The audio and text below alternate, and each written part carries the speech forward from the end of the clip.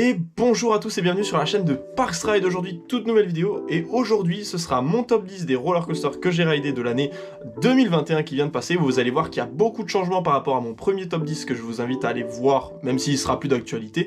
Mais voilà, comme ça vous aurez un point de référence. Avant que la vidéo commence, n'oubliez pas de vous abonner, de matraquer ce bouton s'abonner, ça m'aidera beaucoup et ça me fera ultra plaisir de voir le nombre augmenter. N'hésitez pas à liker la vidéo si elle vous aura plu et bien sûr à la commenter si vous avez des commentaires à faire ou quoi que ce soit qui pourrait être intéressant où on pourrait discuter et échanger dans les commentaires. Sans plus tarder, on va tout de suite passer au sujet conséquent de la vidéo, c'est parti.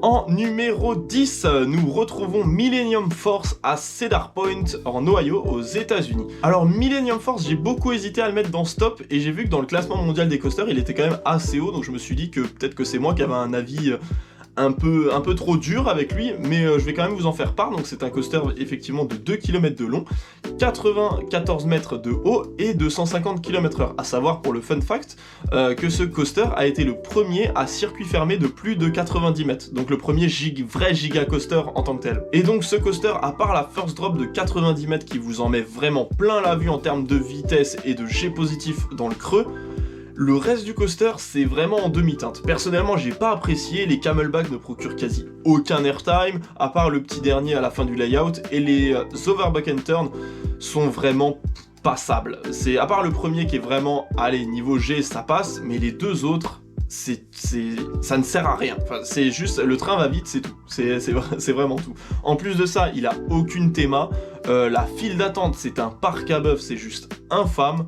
Enfin voilà, je pense vraiment qu'il a sa place dans le top parce que c'est un coaster mythique, mais qu'il allait pas plus haut que la 10e place. À la 9e place, nous retrouvons Fly à Phantasialand. Alors Fly, je vous vois tout de suite, je vois tout de suite derrière la caméra. Fly, c'est vrai que le coaster en tant que tel, sans théma, sans la zone, sans les musiques, n'a rien à faire dans ce top. On est totalement d'accord, le coaster est loin d'être fou, il y a quelques airtime vraiment sympas, surtout si on est à l'avant, mais sinon le coaster en tant que tel, sans théma, il a rien à faire là. Mais pour moi, pour l'expérience que j'ai vécue avec Fly et pour la claque que j'ai prise, Fly mérite très largement sa place dans le top. Alors je l'ai pas mis trop haut, parce que vous verrez qu'il y a d'autres coasters qui valent largement plus le coup, mais c'est vraiment un coaster qui mérite sa place pour l'expérience qu'il procure. Alors Fly fait 1236 mètres de long, compose de 2 inversions et va à une vitesse de 80 km/h. Il est composé de 2 zones de lancement, ainsi qu'une partie dark ride que je trouve passable, mais vraiment bien réussie avec la musique, ainsi qu'une gare. La gare est juste magnifique. Et ce coaster est un bijou de technologie. Alors, c'est vrai qu'il est sorti très récemment, donc c'est normal, mais rien que le passage de la position assise en position flying, c'est juste un pur bonheur. J'ai déjà fait des flying BM, donc Manta à SeaWorld Orlando, voilà, à SeaWorld. Et voilà, c'est-à-dire que sur les zones de frein où vous attendez, c'est-à-dire que s'il y a un train en gare et que vous êtes derrière sur la zone de frein, vous restez en position flying, ce qui est très déplaisant. Alors que sur Fly, il y a une position d'attente après la position de remise en position assise. Donc vous attendez assis, ce qui est beaucoup plus agréable. Et franchement, rien que ce petit détail, c'est vraiment quelque chose de fou. Et Vekoma a fait vraiment un grand pas et a vraiment redorer son blason de constructeur de montagne russe. Et comme on parle de Fly, je vous l'ai dit, la théma de Fly, pour moi, c'est une grosse claque. La zone, pour moi, la zone Rockburg dans Phantasialand, c'est une zone à part. C'est-à-dire, quand vous êtes à Rockburg, vous êtes dans un parc à part. Pour moi, je pourrais passer ma journée, enfin peut-être pas ma journée, mais je pourrais passer un très long moment dans la zone Rockburg, et j'ai pas l'impression d'être à Phantasialand. C'est-à-dire que j'ai pas l'impression d'être à Klugain, Deep in Africa ou autre part. C'est-à-dire que quand je suis dans Rockburg, j'ai l'impression d'être juste dans Rockburg. Et c'est ultra bien fait, et tellement que quand on se balade autour de la zone Rockburg, c'est-à-dire en dehors de la zone, mais c'est-à-dire par Wellestown ou quoi, on n'entend jamais Fly ou les musiques, alors que les musiques sont pourtant très fortes dans la zone. Et pour moi, ça rajoute vraiment quelque chose d'extraordinaire à cette zone. En 8e position, nous retrouvons de nouveau un méga Intamin. Il ne s'agit ni plus ni moins que d'Expedition GeForce à Holiday Park en Allemagne. Le coaster fait 53 mètres de haut, 1220 mètres de long et va à une vitesse de 120 km/h, donc c'est un joli bébé. Malgré le parc dans lequel il est qui a des opérations juste catastrophiques, en plus il ne tourne que à un seul train parce qu'ils n'ont plus le deuxième, Expedition GeForce reste pourtant un must en Europe. Il a des airtime parmi les plus puissants d'Europe, si ce n'est le plus puissant, j'ai pas l'information mais apparemment c'est -1 2G, donc c'est l'un des plus puissants au monde, voire en Europe. Et là, contrairement à Millennium Force, les Overbuck and Turn sont vraiment bien utilisés. On sent vraiment léger, on se sent vraiment poussé dans le siège, et c'est vraiment quelque chose de plus, et c'est pour ça qu'il est plus haut dans ce classement. On citera aussi la First Drop Twistée de ce coaster qui est juste incroyable, surtout si on est au lastro du train, et là on se sent emporté par le train, c'est juste incroyable, et les airtime tout du long qui sont juste extraordinaires. Mais il y a un mais, effectivement, je trouve la partie milieu du parcours, c'est-à-dire on a que des Overbuck and Turn, ça tourne, ça fait ses petits virages, et on a le EGF Turn.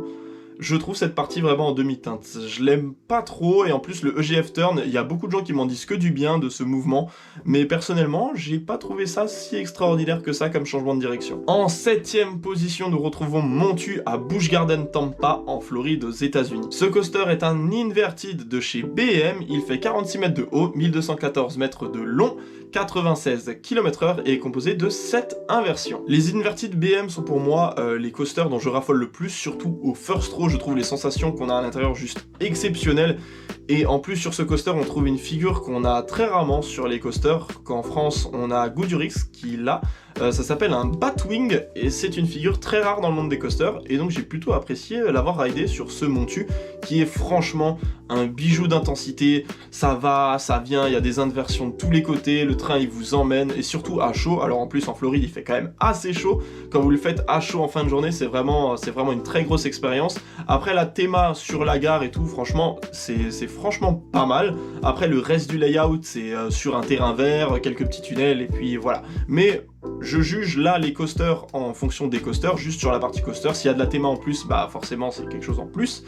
Mais voilà, c'est pour ça que Fly était un peu un ovni dans ce top, mais il méritait largement cette place, et Montu mérite largement sa 7ème place en termes de coaster. À la 6ème place, nous retrouvons Shambhala à Port Aventura en Espagne. Alors c'est un hyper coaster de chez Bolliger et Mabillard de 1564 mètres de long, 76 mètres de haut et de 134 km/h. Et je pense que j'ai pas grand chose à dire sur ce coaster parce que la majorité d'entre vous, je pense, l'ont déjà ridé et savent que ce coaster est juste magnifique. C'est d'une fluidité incomparable. En termes de théma, il y a juste la gare et les allées du parc, hormis le splash aussi qui est thématisé, qui rajoute vraiment son petit côté un petit peu fun. Et aussi les trains qui sont confortables, bon ça c'est les trains BM, et qui en plus sont en voyage, c'est-à-dire que vous avez deux sièges, les deux sièges au milieu sont vers l'avant, et les deux sièges sur les côtés sont un petit peu écartés sur l'arrière, ce qui donne vraiment une impression de liberté, et ce qui rajoute en plus quelques mètres au train, du coup le train est beaucoup plus long. Enfin voilà, Shambhala c'est un maître en termes d'airtime aussi, et puis son demi-tour en esperluette qui rajoute vraiment un petit côté fun, c'est vraiment quelque chose qu'on n'a pas l'habitude de voir comparé à Silver Star Europa Park ou Mako à SeaWorld d'Orlando. Ça rajoute vraiment un petit côté surprise et une petite touche qui change beaucoup des hyper BM qu'on connaît. En 5ème, nous retrouvons Taron à Phantasialand. Alors là, je vais en faire grincer des dents. Là, c'est clair que je vais en faire grincer des dents parce que vous allez voir les coasters qu'il y a au-dessus et vous allez grincer des dents. C'est pour ça, allez en commentaire, tapez bien sur le bouton s'abonner pour vous venger un petit peu. Et voilà, on pourra débattre en commentaire, il n'y a pas de souci. Donc, Taron à Phantasialand qui fait 1320 mètres de long, qui va à 117 km/h et qui fait 30 mètres de haut. Il est composé de deux zones de lancement et se trouve dans une zone Klugheim qui est juste magnifique et qui a des musiques juste magnifiques faites par Imascore. Alors ce coaster, il était plus haut dans mon top il y a quelques années. Il a perdu des places, franchement. Tout simplement parce que j'ai trouvé qu'il a perdu en intensité. Alors on en avait discuté dans le débrief avec j'ai perdu le nom, avec Phoenix de Conda. On en avait un petit peu discuté. Et j'ai trouvé qu'il a perdu en intensité. J'ai l'impression qu'ils ont baissé la puissance du premier launch, c'est-à-dire que le premier airtime sur l'Airtimes Hill, franchement j'ai l'impression qu'il est plus aussi puissant qu'avant. Dans mes souvenirs j'avais l'impression d'un éjector, et puis je l'ai refait là beaucoup de fois. Je suis allé à Phantasialand assez souvent récemment, vous avez vu avec les vlogs de toute façon. Et j'ai franchement trouvé qu'il avait vraiment perdu en intensité dans les changements de direction et dans ce fameux Airtimes Hill.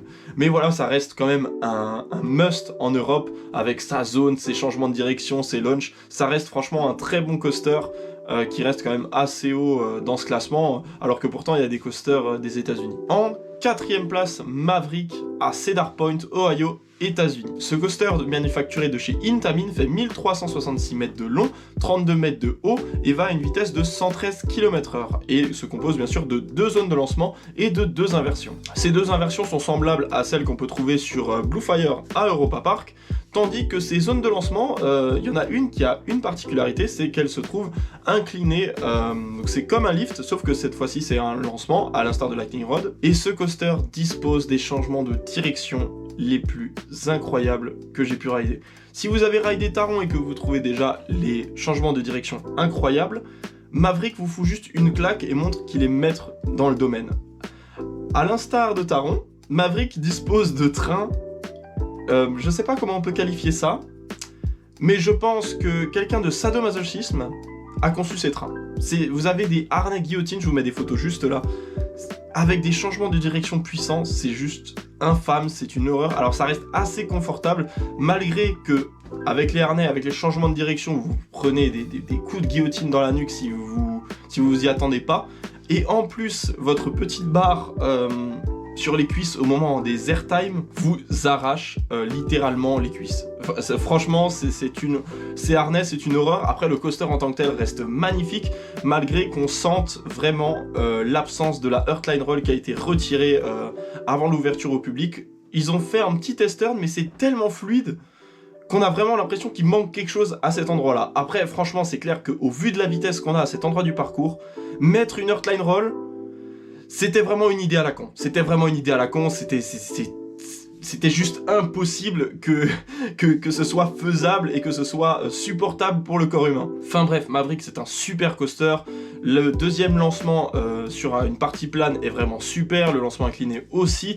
Les changements de direction sont incroyables. L'airtime que vous avez sur le petit Airtimes Hill est juste magnifique et les changements de direction sont juste jouissifs. Enfin bref, ce coaster mérite largement cette place dans ce top. Et à la 3e place de ce top, nous retrouvons Conda à Walibi Belgium en Belgique, donc coaster manufacturé de chez Intamin qui fait 50 mètres de haut, 1200 mètres de long, qui va à une vitesse de 113 km/h et qui n'a pas d'inversion. C'est vrai que Conda je l'ai descendu dans la vidéo débriefing avec Phoenix, mais en y repensant maintenant, c'était pas si mal que ça.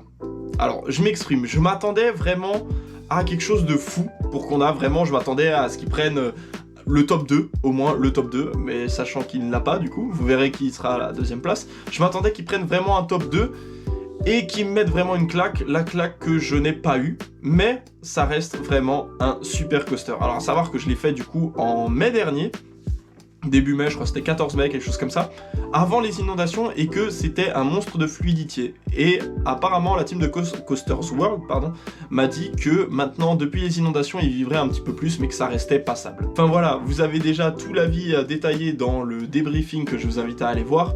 Mais voilà, pour vous faire un avis rapide, la drop twistée est vraiment bien si vous êtes à l'arrière du coaster. Les 2 premiers Airtimes Hill, donc le Airtimes Hill Camelback normal, ça dépend comment vous voulez l'appeler, ou le Loutbanken Airtimes Hill, voilà, ça s'est placé, Loutbanken Airtimes Hill, vraiment donc l'airtime qui vous éjecte sur le côté, vous avez le banquette qui est sur l'extérieur, du coup pour vous le faire en français. Est vraiment incroyable aussi. Voilà, toujours le Cobra Roll, le non-inverted Cobra Roll, pardon, qui est pour moi passé trop lentement et qui a très bon intérêt. Ensuite, la partie ras du sol avec les virages et tout, qui est pas mal, mais j'aime pas trop. Voilà, comme sur Expedition GeForce, j'aime pas ces passages-là. Et les passages de fin avec les petits bunny hop et tout, qui est vraiment sympathique, malgré qu'un petit peu long. Mais voilà, ce coaster mérite largement cette place dans ce classement qui est sur le top médaille de bronze, parce que c'est tout simplement un must en Europe, c'est l'un des meilleurs coasters européens qu'on ait à l'heure actuelle. À la 2e place de ce top, nous retrouvons Untamed à Walibi Holland aux Pays-Bas. Ce coaster fait 37 mètres de haut, 1085 mètres de long, 92 km/h et à 5 inversions. Et forcément, c'est un RMC, donc c'est incroyable. Pour moi, c'est le meilleur coaster européen à l'heure actuelle. Je n'ai pas fait Ride to Happiness à Plopsaland de Pan. Ça va arriver cette année. Mais voilà, pour moi, à l'heure actuelle, Untamed, c'est le meilleur coaster que j'ai pu rider en Europe. C'est juste incroyable, ça s'arrête jamais, c'est d'un rythme ultra soutenu, des petits airtime par-ci par-là, des inversions auxquelles on n'a vraiment pas l'habitude. Donc la première inversion c'est le 270 degrés stall, je sais pas exactement comment ça s'appelle, mais je crois que c'est ça, c'est 270 degree stall en anglais, il me semble que ça s'appelle comme ça. Et franchement ce coaster est incroyable, c'est un rythme ultra soutenu, la petite Earthline Roll à la fin, ras du sol, c'est juste incroyable. C'est très confortable malgré que j'ai toujours du mal, moi qui est grand, j'ai des grandes jambes, donc les harnais avec les attaches sur les tibias, surtout quand il fait chaud et qu'on est en été, vous avez du coup le harnais qui frotte au tibia, c'est le seul point noir je dirais de ce coaster, ça frotte, c'est assez désagréable, surtout quand vous avez de gros airtime comme sur ce genre de coaster sur les RMC. Et en première position, vous avez donc compris que j'ai été à Cedar Point, et je pense que ça fera l'unanimité. La première place est donc décernée à Steel Vengeance, Cedar Point, États-Unis, Ohio. Manufacturé de chez RMC, ce coaster fait 1750 mètres de long, 62 mètres de haut, va à une vitesse de 120 km/h et dispose de 4 inversions. Et comment vous dire que ce coaster, c'est juste un bijou. Ça a un rythme juste de fou. La première drop est juste incroyable avec le petit bunny hop qui suit et les deux gros airtimes hill qui vous procurent des airtimes d'une longueur infinie et d'une puissance vraiment redoutable. Et ensuite vous avez les double down, le double up, vous passez dans la structure du lift avec deux inversions franchement juste incroyables. Ensuite vous allez sur le frein de mid break et ensuite le coaster il nous dévoile une autre facette de lui qui va avoir un rythme ultra soutenu avec des éléments bien resserrés, mais ça reste d'une fluidité exemplaire, ça dure longtemps, plus de 3 minutes de coaster, sans deux lances, sans multi-launch, juste un lift et ça dure 3 minutes, c'est franchement incroyable. Si vous avez l'occasion d'aller à Cedar Point, faites-le, c'est obligatoire, même si vous avez peur des montagnes russes, c'est le must de ce qu'on peut faire actuellement en guise de coaster. Après c'est mes goûts, mais il y a beaucoup de gens qui le placent numéro 1 dans leur top. Donc franchement, ce coaster est juste incroyable. Ça reste les harnais RMC, comme je dis tout à l'heure. C'est pas vraiment agréable au niveau des tibias, mais franchement, vu la qualité de ce coaster, on s'en passe très largement. On peut se faire un petit peu mal au tibia pour avoir autant de plaisir à la fin. Et donc voilà, avant que la vidéo se termine, je vous invite tous à aller vous abonner en bas de la vidéo si ça vous a plu et si vous avez envie de suivre mes aventures parc nautique à l'avenir. N'hésitez pas à donner votre avis en commentaire sur ce top, si vous êtes d'accord ou non, et qu'on puisse un petit peu débattre, ça sera cool. Voilà, n'hésitez pas à liker la vidéo si elle vous a plu, bien sûr. Et on se retrouve la semaine prochaine pour la prochaine vidéo. C'était Esteban de Parksride, à la fois prochaine.